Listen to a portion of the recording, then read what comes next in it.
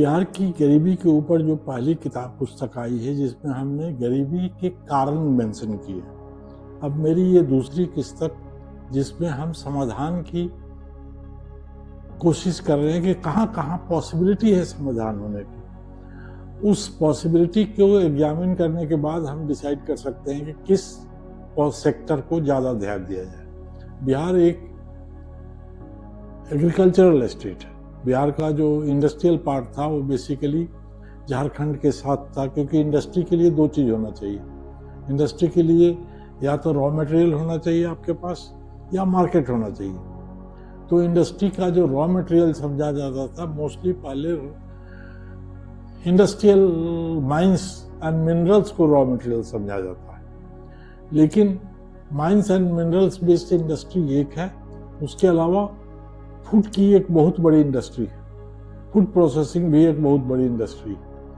वो इंडिया में बहुत ज़्यादा है, लेकिन लोगों को झारखंड निकलने के बाद लोग हमेशा कोशिश करते रहे कि हमको सब्सिडी मिलनी चाहिए, लेकिन फूड के ऊपर इतना ध्यान नहीं दिया गया। एज ए नेट रिजल्ट हमारा फूड प्रोडक्शन उतना ही होता है जितना कि बिहार के लोगों को खाने की जरूरत है, सरप्लस नहीं होता है। जबकि इकोनॉमिक्स में ये कहा गया है कि हैंड टू माउथ आदमी अपना बढ़ाव प्रोग्रेस नहीं कर सकता है। प्रोग्रेस करने के लिए आपको सरप्लस इनकम होना चाहिए जिसको आप रीडिप्लॉय कर सकें बिजनेस में, तो उसका ध्यान ही नहीं है। भारत सरकार एग्रीकल्चरल इनकम को बढ़ाने के लिए रेनबो रिवॉल्यूशन लाया। इस चैप्टर में हमने यही देने की कोशिश किया है कि किस सेगमेंट में हमें कितना ध्यान दें। उस हिसाब से हमने दो टेबल बनाए हैं। एक टेबल बनाए हैं कि हमारे इनकम के सोर्सेज क्या हैं और उस सोर्सेज में कितना बढ़ने की उम्मीद है। दूसरी टेबल हमने बनाया है कि रेनबो रिवॉल्यूशन क्या है, किस बात को बढ़ाया जा सकता है और कैसे बढ़ाया जा सकता है। रेनबो रिवॉल्यूशन पूरी की पूरी रिवॉल्यूशन टेक्नोलॉजी के ऊपर है, क्योंकि टेक्नोलॉजी मतलब देखिए गाय बैल भैंस की टेक्नोलॉजी बढ़ गई, मुर्गी की टेक्नोलॉजी बदल गई, सुअर की टेक्नोलॉजी बदल गई, दूध की प्रोसेसिंग की टेक्नोलॉजी बदल गई, फ्रूट प्रोसेसिंग की टेक्नोलॉजी बदल गई। टेक्नोलॉजी बदलने का जो प्रभाव आया वो तो बाद में लोगों ने टेक्नोलॉजी बदल गई, उसके लिए हमें गाय बदलना है या भैंस बदलना है, जर्सी काऊ लाना है, उस पर किसी का ध्यान नहीं किया। उसी तरह से मुर्गी, जो हम घर की मुर्गी दाल बराबर लोग बोलते हैं, घर की मुर्गी है, अंडा देती है, मैंने कितना 10-12 अंडे देती है महीने। आजकल मुर्गी का ब्रीड आ गया है जो 24 से 26 अंडे देती है महीने। खाना तो दोनों मुर्गी एक ही जैसी खाती है। तो इस तरह से हर चीज के बढ़ने का स्कोप आया, लेकिन उस स्कोप को हम भूल गए और उसको यदि रेनबो रिवॉल्यूशन को अभी से भी रिवॉल्यूशन करें तो वो हम कर सकते हैं। तो ये दोनों ही टेबल हमने एक्सप्लेन करने की इसमें कोशिश की है। मैं दोनों टेबल को 1 बाय 1 करके आपको ब्रीफ करता हूँ कि इस टेबल में इनकम बढ़ाने की पॉसिबिलिटी कहाँ कहाँ, और दूसरी टेबल में कि रेनबो रिवॉल्यूशन के किस रिवॉल्यूशन से कितना बढ़ा हो सकता है। यदि पॉसिबिलिटी है तो वहाँ मेहनत करने से समाधान हो सकता है।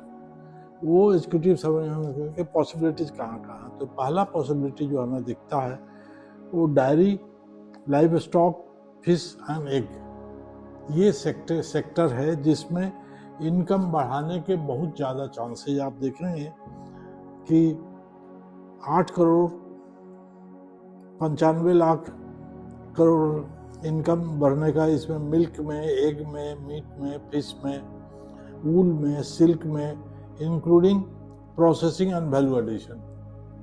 ये जो सेगमेंट है, इस सेगमेंट में काफ़ी इनकम बढ़ने के चांसेज और एम्प्लॉयमेंट क्रिएशन के भी चांसेज हैं। उसके बाद दूसरा सबसे ऑटोमेटिक सेगमेंट है वो फार्मिंग में है। वो फार्मिंग में कई चीज़ आते हैं। पहला जो है, आप उसको लाइन बदलेंगे, फार्मिंग में कई चीज़ आते हैं। पहली चीज़ आती है ग्रेन और पल्सेज। ग्रेन एंड पल्सेज में आपको देखेंगे 62,952 करोड़ के चांसेज हैं कि बढ़ सकता है। उसके बाद आता है फ्रूट एंड हॉर्टिकल्चर, जिसके अंदर वेजिटेबल भी आता है। वो 11,725 करोड़ के चांसेज हैं कि इसमें बढ़ने का। वेजिटेबल इसमें 14,310 crore, oil seed 4,056 crore, construction material भी एक बहुत बड़ा सेगमेंट है जिसमें 29,140 करोड़ के रुपए के बढ़ने की संभावना है। मिनरल बेस्ड इंडस्ट्रीज में 29 करोड़ 534 रुपये बढ़ने की संभावना है। फूड प्रोसेसिंग में 5,150 करोड़ रुपए बढ़ने की संभावना है। ट्रेडिशनल स्वीट्स 1,390 करोड़ बढ़ने की संभावना है। मीट एंड फिश प्रोसेसिंग, इसमें बहुत बड़ा समाधान है क्योंकि मीट और फिश बहुत जल्दी डिस्ट्रॉय हो जाता है। उसको जो आप प्रोसेस कर दें तो उसकी प्रिजर्वेबिलिटी बढ़ जाती है, उससे बढ़ने से इनकम बढ़ने के चांसेज हैं। 8,850 करोड़। उसके बाद जैसे कि आम है और बहुत से फल हैं जो बर्बाद हो जाते हैं, लेकिन उसकी यदि आप पिकलिंग कर दें, उसका प्रोसेस है कि यदि पिकलिंग कर दें तो अचार बना दें तो उससे फूड की प्रिजर्वेशन बढ़ जाती है। उसमें आपका करीब 3,133 करोड़ बढ़ेंगे चांस। और एक बहुत बड़ा सेगमेंट है टूरिज्म का, जिसमें बहुत करीब 25,000 करोड़ बढ़ने की संभावना। ये टोटल सब मिला लें तो बिहार का एक्सपेक्टेड इनकम 10,65,725 करोड़ रुपए बढ़ने की संभावना। ये इसमें अब हमें देखेंगे तो आपको आ क्या रहा है कि मोस्ट ऑफ द इनकम जो आ रहा है वो आ रहा है मिल्क, एग, मीट, ये जो प्रोटीन सेगमेंट है।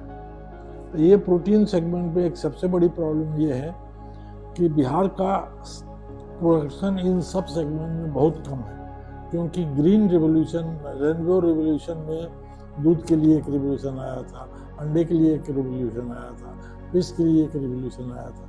वो सारे रिवोल्यूशन में बिहार में प्रोग्रेस नहीं हुआ। यदि उसमें हम प्रोग्रेस करें तो ये प्रोग्रेस की पॉसिबिलिटी मिलने की बहुत सबसे ज़्यादा है। उसके बाद दूसरा सेगमेंट है fruit and vegetable. Fruit and vegetable segment में भी जैसे आप फ्रूट का बर्बाद हो जाता है तो उसकी यदि प्रोसेसिंग कर दें तो फ्रूट की प्रिजर्वेशन बढ़ जाएगी। उसी तरह से वेजिटेबल, जैसे आलू है, आलू को तो वेजिटेबल लोग कोल्ड स्टोरेज में रख के करते हैं, लेकिन आलू को चिप बना दें या आलू को फिंगर फ्राई बना दें तो उसका दाम 10 गुना बढ़ जाता है। तो उसमें पॉसिबिलिटी बहुत है जिसमें चांसेस है। सिमिलरली कंस्ट्रक्शन मटेरियल में बिहार में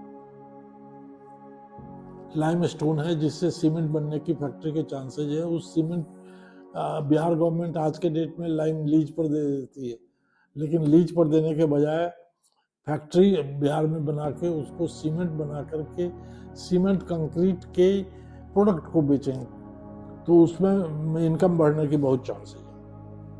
तो रेनबो रिवोल्यूशन जो भारत सरकार लाई थी, जिसके अंदर पहले ग्रीन रिवोल्यूशन आया, फिर वाइट रिवोल्यूशन आया, फिर ब्लू रिवोल्यूशन आया, फिर येलो रिवोल्यूशन आया, फिर गोल्डन रिवोल्यूशन आया, पिंक रिवोल्यूशन आया, उसके बाद फिर आपको पिंक के बाद सिल्वर रिवोल्यूशन आया, फिर ब्राउन रिवोल्यूशन आया, ब्लैक रिवोल्यूशन आया और ग्रीन रिवोल्यूशन आया। इतने रिवोल्यूशन आए लेकिन बिहार इससे अछूता रह गया। यदि हम आज के डेट में उस रिवोल्यूशन में हम जाएं, रिवोल्यूशन को कोशिश करें तो, और ये जो बिहार पर कैपिटा इनकम सबसे पीछे गया उसका मेन कारण नहीं है कि बाकी जो स्टेट्स है उन्होंने इन रिवोल्यूशन का पूरा एडवांटेज लिया। हम लोगों ने बिहार में इसको पूरा रिवोल्यूशन का एडवांटेज नहीं लिया। मेन कारण तो ये था कि यदि हम फूड का प्रोडक्शन बढ़ा भी दें तो खरीदेगा कौन? लोग यहाँ पर लोग खेती करते हैं अपने घर के लिए या थोड़ा सा सरप्लस के लिए, प्रोडक्शन के लिए। कोई आदमी खेती बेचने के लिए नहीं करता। यहाँ पर खेती को यदि आप सरप्लस बना करके बेचेंगे नहीं तब तक आपका इनकम तो बढ़ेगा नहीं। तो ये जो रिवोल्यूशन हुआ उससे सब चीज़ का प्रोडक्शन दुगुना तीगुना बढ़ गया। बढ़ने का मतलब है कि आप अपना खाना खाइए, आप रहिए और बाकी चीज़ को बेच करके अपना पर कैपिटा इनकम। उसमें सबसे ज़्यादा ज़रूरी लोगों का माइंडसेट चेंज करने का है कि हमें प्रोड्यूस करना है, खाने के लिए नहीं, इनकम बढ़ाने के लिए। और इनकम बढ़ाना, इनकम तब होगा कि हम सरप्लस फूड को बेच सकें, तो बेचने वाला आदमी होना चाहिए। जैसे आलू हम बना दिए, आलू का कोई आदमी पोटैटो चिप्स बना भी दे और फिंगर चिप्स बना दे और बेच नहीं पाए तो क्या करेंगे? कुछ नहीं कर सकते। इसलिए मार्केटिंग की जो है, कि मार्केटिंग बिहार में आया ही नहीं, जबकि मार्केटिंग दिल्ली के आसपास और कलकत्ता के आसपास या चेन्नई के आसपास मार्केटिंग, माने प्रोडक्शन से ज़्यादा ध्यान मार्केटिंग में देना चाहिए था, वो हम नहीं दे पाए। तो यदि सरकार किसी तरह से कोशिश करे कि मार्केटिंग को अपलोड बढ़ा दिया जाए सब चीज़ का, तो प्रोडक्शन की प्रॉब्लम हमें नहीं दिखती। मैं ऑडियंस से उम्मीद करता हूं कि इस पर अपनी ओपिनियन दें कि इसके अलावा भी कोई पॉसिबिलिटी हो सकती है जिससे गरीबी हटाई जा सकती है।